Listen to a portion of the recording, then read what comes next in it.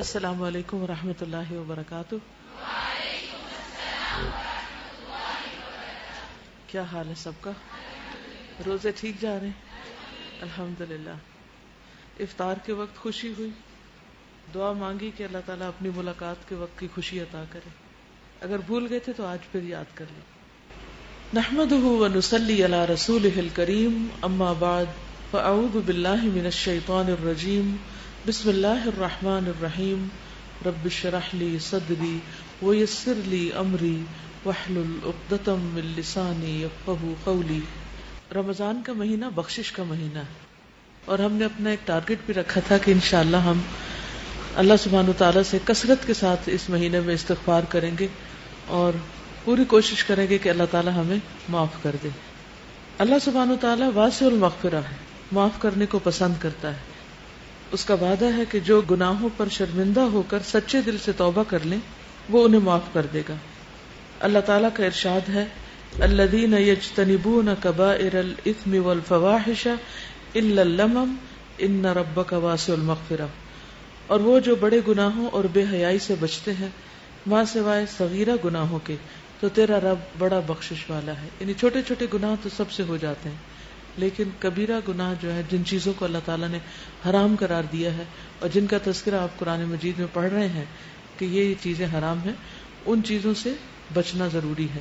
تو جو بڑے گناہوں سے، جیسے جوا ہے، شراب ہے، زنا ہے، چوری ہے، ماں باپ کی نافرمانی ہے، شرک ہے، جو ان چیزوں سے بچیں گے تو چھوٹی غلطیوں کو اللہ سبحانہ وتعالیٰ معاف فرما دے گے۔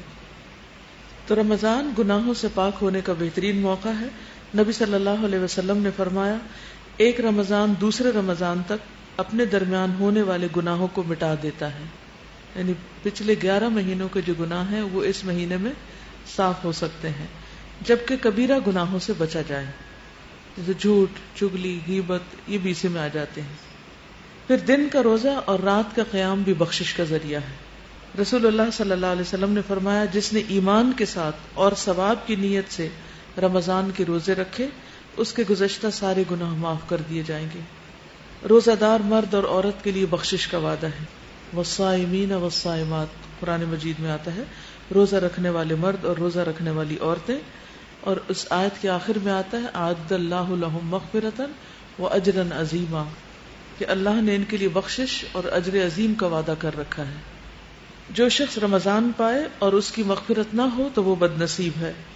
حضرت جابر بن سمرہ سے روایت ہے کہ نبی صلی اللہ علیہ وسلم ممبر پر چڑھے اور فرمایا، آمین آمین آمین۔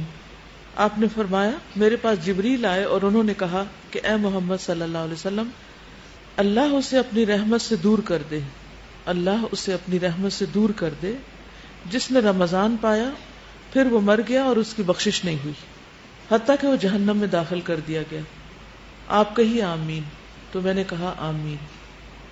تو آپ دیکھیے کہ دعا مانگنے والا کون ہے؟ جبریل، اور آمین کہنے والے کون ہیں؟ محمد صلی اللہ علیہ وسلم۔ اور یہ ایک طرح سے بد دعا ہے اس شخص کے خلاف جو رمضان میں بھی حرام کام نہ چھوڑے، گناہ نہ چھوڑے، اور توبہ استغفار نہ کرے اور اللہ سے معافی نہ مانگے اور اپنے گناہوں کی بخشش نہ کروا سکے۔ تو اس لیے ہر اس کام سے بچنا چاہیے جس سے اللہ تعالیٰ ناراض ہوتے ہوں۔ پھر سحری کا وقت خاص طور پر استغفار کے لیے بہت مناسب وقت ہے۔ قرآن مجید میں آتا ہے وَبِالْأَسْحَارِ هُمْ يَسْتَغْفِرُونَ، کہ وہ سحری کے وقت استغفار کرتے ہیں۔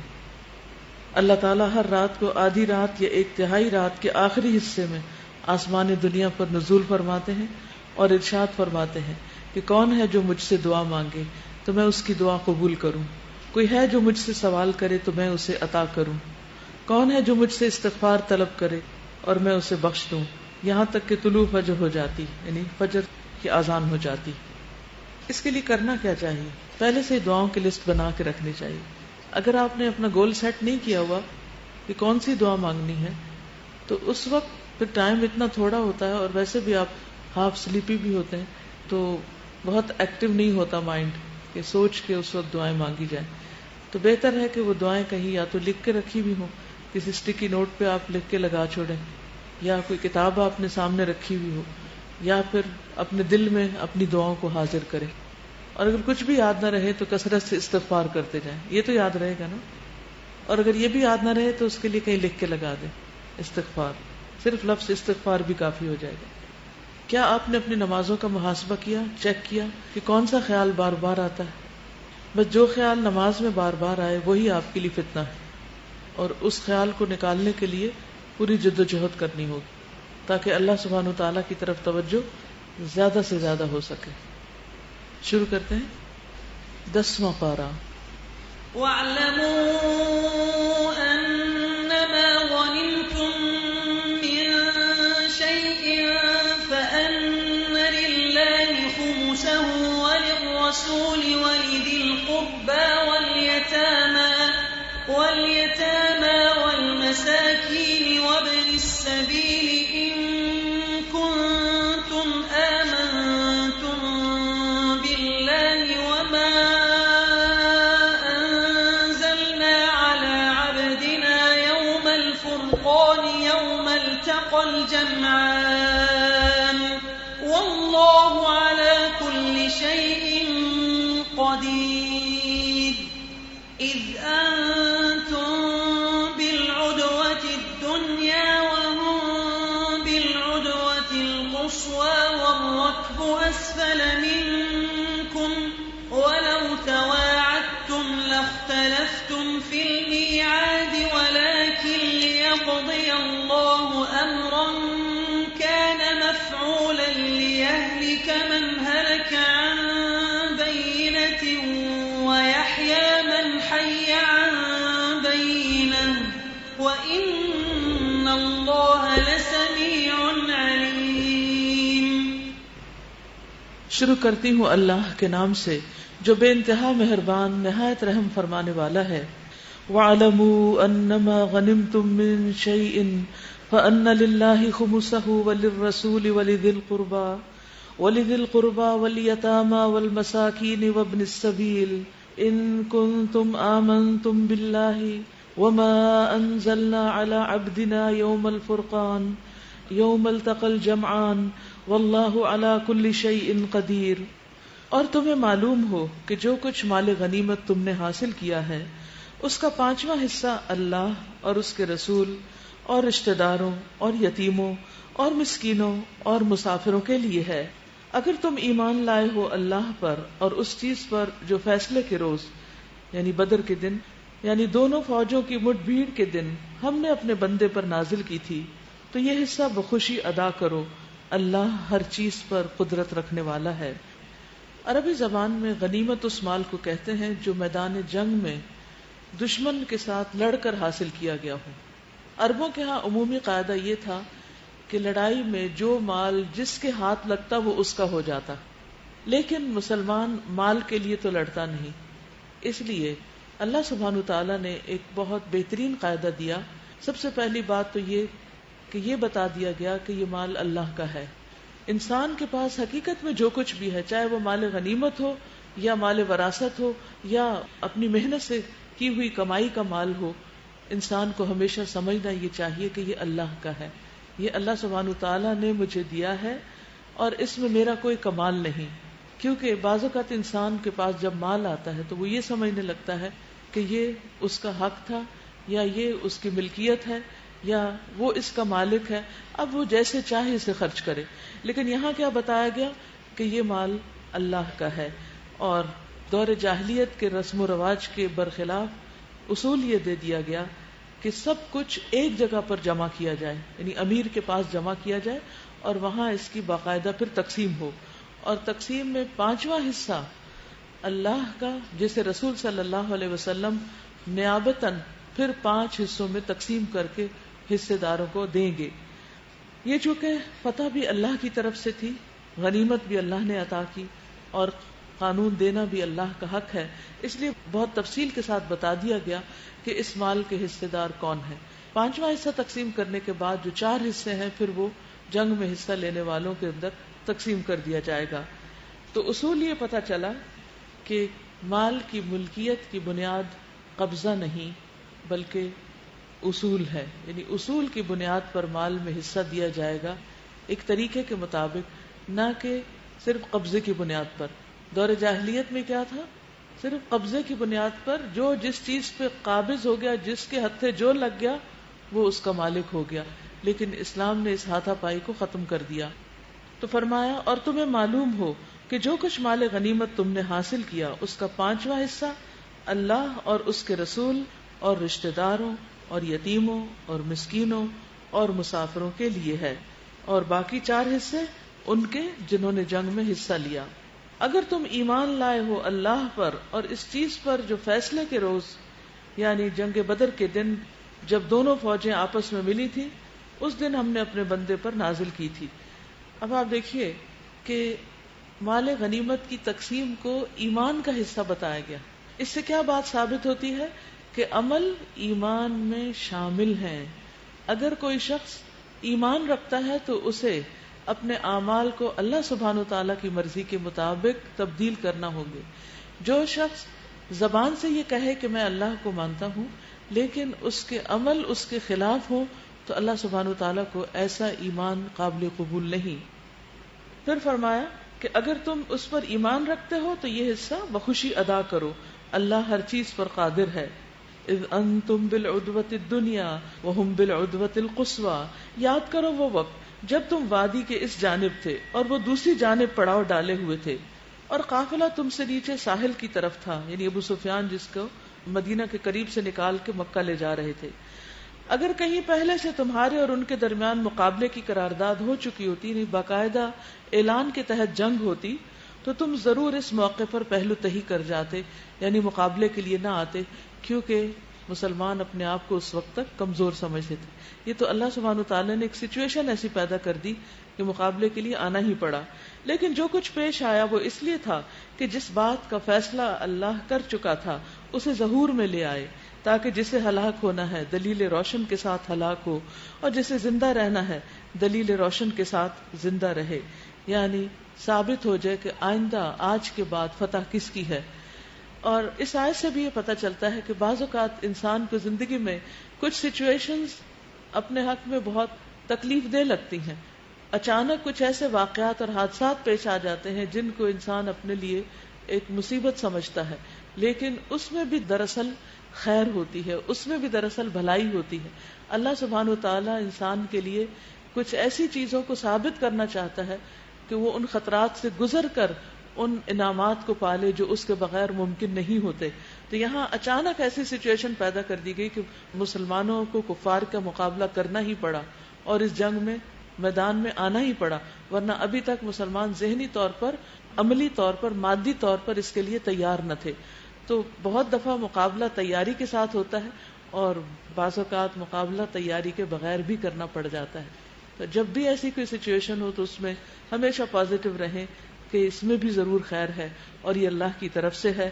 تو رضیت باللہ ربًا، اللہ کے اس فیصلے کو بھی قبول کرتے ہیں. وَإِنَّ اللَّهَ لَسَمِيعٌ عَلِيمٌ، اور بے شک اللہ تعالیٰ سننے والا ہے، جاننے والا ہے. اور یاد کرو وہ وقت جب کہ اے نبی صلی اللہ علیہ وسلم اللہ تعالیٰ ان کو تمہارے خواب میں تھوڑا دکھا رہا تھا. اگر کہیں وہ تمہیں ان کی تعداد زیادہ دکھا دیتا، اصل حقیقت سامنے آ جاتی، تو ضرور تم ہمت ہار جاتے اور لڑائی کے معاملے میں جھگڑا شروع کر دیتے، یعنی پھر مقابلے کے لیے تیار نہ ہوتے. لیکن اللہ ہی نے اس سے تمہیں بچایا، یقیناً وہ سینوں کا حال تک جانتا ہے. یعنی اللہ سبحانہ وتعالیٰ بعض اوقات انسان کو مشکل حالات میں ڈالتا ہے. مشکل کہیں بڑی ہوتی ہے لیکن انسان کو تھوڑی دکھاتا ہے جتنا انسان کے اندر اس سے نبٹنے کا حوصلہ ہوتا ہے، اور باقی اللہ سبحانہ وتعالیٰ اپنے ذمے لے لیتا ہے اور اس طرح حقیقی معنوں میں فتح عطا کرتا ہے. اور یاد کرو جب کہ وہ مقابلے کے وقت اللہ نے تم لوگوں کی نگاہوں میں دشمنوں کو تھوڑا دکھایا اور ان کی نگاہوں میں تمہیں کم کر کے پیش کیا، تاکہ جو بات ہونی تھی اللہ اسے ظہور میں لے آئے، اور آخر کار سارے معاملات اللہ ہی کی طرف رجوع کرتے ہیں. یا ایھا الذین آمنوا اذا لقیتم فئۃ فاثبتوا واذکروا اللہ کثیرا لعلکم تفلحون. اے ایمان لانے والو، جب کسی گروہ سے تمہارا مقابلہ ہو تو ثابت قدم رہو اور اللہ کو کثرت سے یاد کرو، ذکر کی کثرت کر دو. توقع ہے کہ تمہیں کامیابی نصیب ہوگی، اور اللہ اور اس کے رسول کی اطاعت کرو اور آپس میں جھگڑو نہیں، ورنہ تمہارے اندر کمزوری پیدا ہو جائے گی اور تمہاری ہوا اکھڑ جائے گی. صبر سے کام لو، یقیناً اللہ صبر کرنے والوں کے ساتھ ہے. تو یہاں دو باتیں پتہ چل رہی ہیں. ایک تو یہ کہ جب دشمن سے ڈر لگے تو اس کا علاج کیا ہے؟ کثرت سے ذکر کرنا. رسول اللہ صلی اللہ علیہ وسلم نے فرمایا جو شخص رات سے خوف کھائے یعنی رات کے اندھیرے سے کہ وہ پریشان کرے گی، یا مال خرچ کرنے سے بخل کرے، یا دشمن سے مقابلہ کرنے سے ڈرے، تو چاہیے کہ وہ اس قول کی کثرت کر دے سبحان اللہ و بحمدہ سبحان اللہ و بحمدہ، کیونکہ یہ اللہ کے نزدیک سونے کا پہاڑ اللہ عز و جل کے راستے میں خرچ کرنے سے زیادہ محبوب ہے. یعنی ہم میں سے کس میں سکت ہے، طاقت ہے، وسعت ہے کہ ہم ایک سونے کا پہاڑ اللہ کے راستے میں دیں؟ کوئی بھی نہیں کر سکتا، اتنا ہے ہی نہیں. ہو تو پھر دل بخیل ہو جائے گا، پھر دیں گے کہاں؟ جب نہیں ہوتا تو تمنا کرتے ہیں ہو تو دیں، جب آ جاتا ہے تو پھر اور چیزیں یاد آنے لگتی. سوچئے کہ اس ڈر میں بھی کتنی خیر ہے کہ انسان رات سے ڈرے، یا اکیلے ہونے سے ڈرے، یا کسی بھی چیز سے پریشان ہو کر ڈرے، کہ اس ڈر سے ہی تو ہمت بنتی ہے کہ انسان پھر اللہ کا ذکر کرے. ورنہ اگر ڈرے گا نہیں تو ذکر کہاں کرے گا؟ جب اطمینان میں ہوگا، خوشی میں ہوگا، سکون میں ہوگا، ہر چیز اچھی ہوگی، تو پھر انسان اللہ کی طرف کم ہی راغب ہوگا. تو اللہ سبحانہ وتعالی بندے کے فائدے کے لیے، بندے کی بھلائی کے لیے اسے ایک مشکل میں ڈالتے ہیں، پھر اسے اس وقت کرنا کیا چاہیے اس کا طریقہ بتاتے ہیں، پھر انسان اگر اس کو کر لیتا ہے تو اس پر اجر عظیم عطا کرتے ہیں. اللہ سبحانہ وتعالی کی یہی رحمتیں ہی رحمتیں ہیں جن کو صرف وہی جان سکتا ہے جس کے پاس اس کا علم ہو.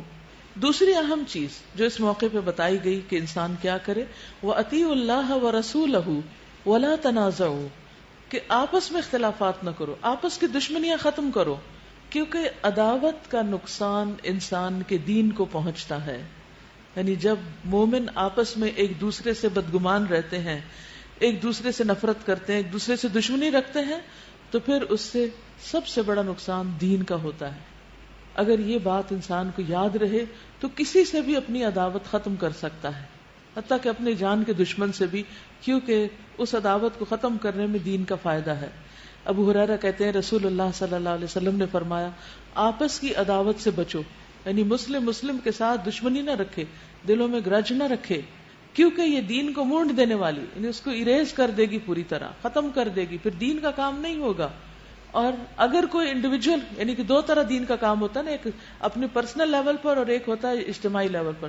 پرسنل لیول پر کیا ہے کہ اگر انسان کی کسی سے دشمنی ہو جائے تو ساری انرجی دشمن کے مقابلے میں چلی جاتی، انسان کی عبادات وغیرہ متاثر ہو جاتی. اور دوسری طرف اگر اجتماعی طور پر جو عبادتیں کی جاتی ہیں ان میں پھر کمی آ جاتی، ایک دوسرے سے تعاون نہیں رہتا. جب تعاون نہیں رہتا تو وہ کام جو صرف مل کے کیے جا سکتے ہیں، اکیلے ہو ہی نہیں سکتے، وہ ہونے سے رہ جاتے ہیں. تو اس طرح نقصان کس کا ہوا؟ دین کا نقصان ہوا. اور دین کا نقصان کس کا نقصان ہے؟ ہمارا اپنا نقصان ہے، کیونکہ دین تو ہمیں اپنی جان سے بھی زیادہ عزیز ہے اور ہونا چاہیے، کیونکہ دین ہے تو ہماری نجات ہے، دین نہیں تو کچھ بھی نہیں.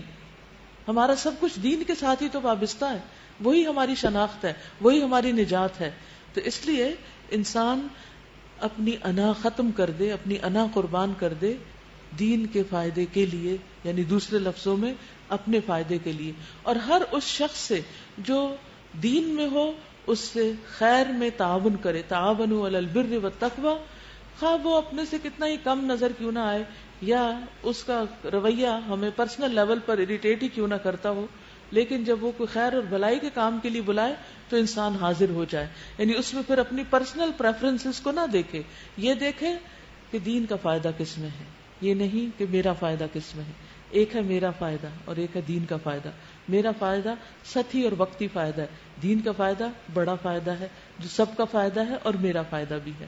تو اس لیے جو شخص سب کے فائدے کے لیے سوچے گا اللہ سبحانہ وتعالیٰ اس کو اتنا ہی بڑا اجر اور انعام عطا کریں گے. اور پھر فرمایا کہ صبر سے کام لو، کیونکہ اللہ تعالیٰ صبر کرنے والوں کے ساتھ ہے. وَلَا تَكُونُوا كَالَّذِينَ خَرَجُوا مِن دِيَارِهِمْ بَطَرًا وَرِئَاءَ النَّاسِ وَيَصُدُّونَ عَن سَبِيلِ اللَّهِ، اور ان لوگوں سے رنگ ڈھنگ نہ اختیار کرو جو اپنے گھروں سے اتراتے اور لوگوں کو اپنی شان دکھاتے ہوئے نکلے، اور جن کی روش یہ ہے کہ اللہ کے راستے سے روکتے ہیں. جو کچھ وہ کر رہے ہیں اللہ کی گرفت سے باہر نہیں ہے. اشارہ ہے کفار کی فوجوں کی طرف. ان کا حال یہ تھا کہ جب وہ مکہ سے نکلے تو ان کے ساتھ عورتیں بھی تھی، شراب بھی تھی، اور ہر قسم کے غلط کام کرتے ہوئے وہ ایک دوسرے کو موٹیویٹ کر کے مسلمانوں کے مقابلے میں آئے. تو اللہ سبحانہ وتعالیٰ نے منع کر دیا کہ مسلمانوں تمہیں ایسے رنگ ڈھنگ اختیار نہیں کرنے. یعنی ایک مسلمان کے ظاہر میں اور ایک کافر کے ظاہر میں بہت بڑا فرق ہوتا ہے, تو اس فرق کو سامنے رکھو. وَإِذْ زَيَّنَ لَهُمُ الشَّيْطَانُ أَعْمَالَهُمْ, ذرا خیال کرو اس وقت کا جبکہ شیطان نے ان لوگوں کے کرتوت ان کی نگاہوں میں خوشنما بنا کر دکھائے تھے, اور ان سے کہا تھا کہ آج تم پر کوئی غالب نہیں آ سکتا. یعنی وہ شراب کے نشے میں ایسے دھت تھے کہ وہ اپنے آپ کو بڑی چیز سمجھ رہے تھے کہ ہم ہی کامیاب ہو گئے, اور یہ کہ میں تمہارے ساتھ ہوں.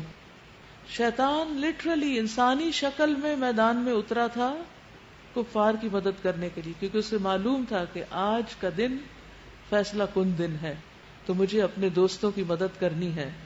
مگر جب دونوں گروہوں کا آمنا سامنا ہوا تو الٹے پاؤں پھر گیا, کیونکہ اسے فرشتے نظر آ رہے تھے.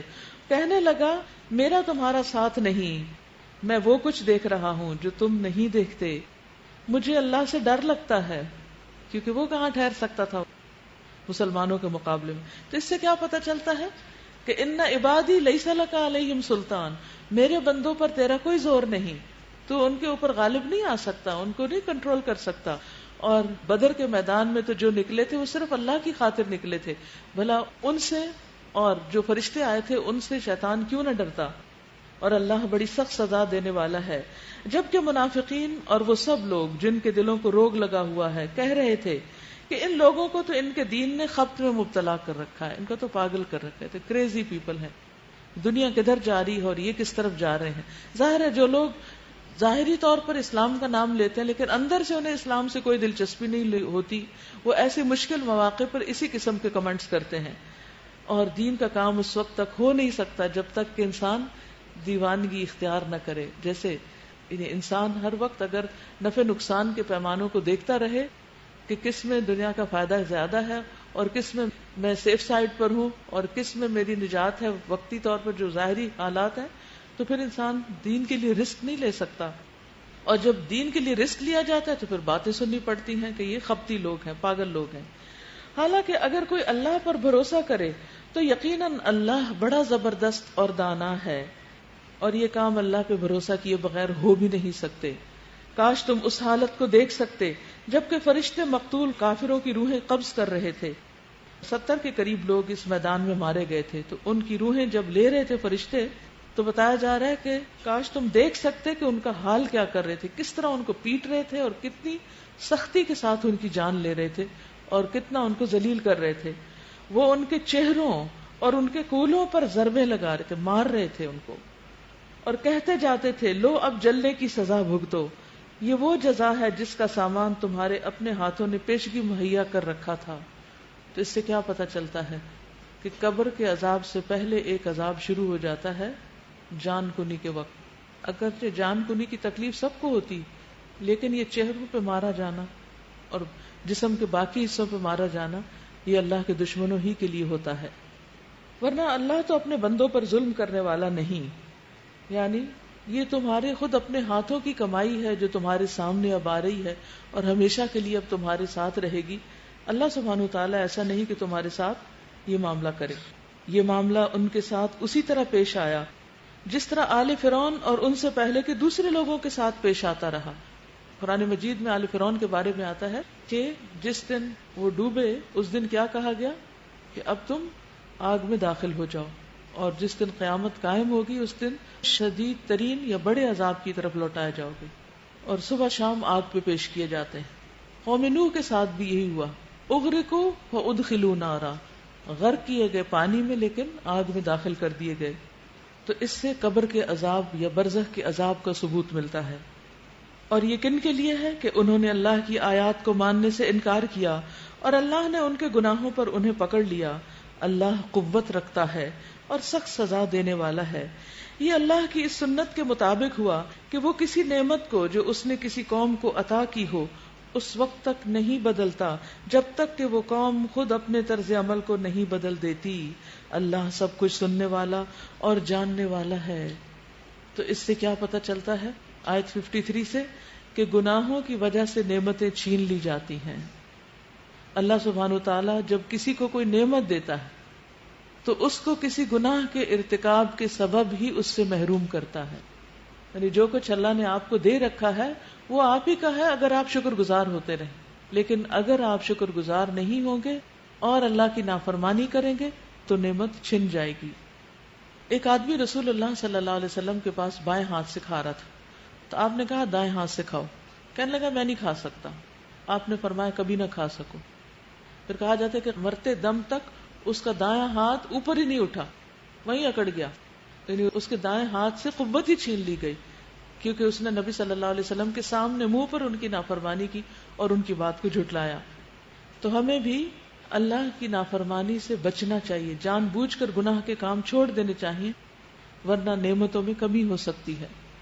اور جب نعمتوں میں کمی ہوتی ہے تو بعض اوقات ہم پھر بندوں کو اور بعض اوقات اللہ تعالیٰ کو بلیم کرنا شروع کر دیتے ہیں اور اپنی غلطی نہیں دیکھتے. آل فرعون اور ان سے پہلے کی قوموں کے ساتھ جو کچھ پیش آیا وہ اسی ضابطے کے مطابق تھا. بہت ترقی یافتہ قومیں تھی لیکن سب کچھ چھن گیا اللہ کی نافرمانی کی وجہ سے. انہوں نے اپنے رب کی آیات کو جھٹلایا, تب ہم نے ان کے گناہوں کی پاداش میں انہیں ہلاک کیا اور آل فرعون کو غرق کر دیا. یہ سب ظالم لوگ تھے.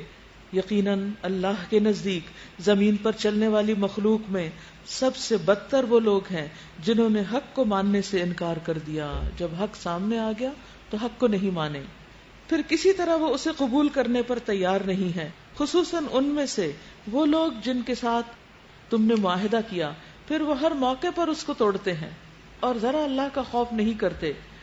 بس اگر یہ لوگ تمہیں لڑائی میں مل جائیں تو ان کی ایسی خبر لو کہ ان کے بعد جو دوسرے لوگ ایسی روش اختیار کرنے والے ہوں ان کے حواس باختہ ہو جائیں. یعنی ان کو ایسا سبق سکھاؤ کہ باقی لوگ پھر اللہ اور اس کے رسول صلی اللہ علیہ وسلم سے کیے ہوئے معاہدوں کو توڑے نہیں. توقع ہے کہ بد عہدوں کے اس انجام سے وہ سبق لیں گے. اور اگر تمہیں کبھی کسی قوم سے خیانت کا اندیشہ ہو تو اس کے معاہدے کو علانیہ اس کے آگے پھینک دو. یقیناً اللہ خائنوں کو پسند نہیں کرتا. اس سے بہت اہم اصول یہ مل رہا ہے کہ خیانت کسی کے ساتھ بھی نہیں کرنی چاہیے, چاہے کوئی اپنا ہو چاہے کوئی غیر ہو. یہ نہیں کہ اگر کوئی نان مسلم ہے تو اس کو آپ دھوکہ دینا شروع کر دیں, اسلام اس کی اجازت نہیں دیتا. لیکن ہونا کیا چاہیے؟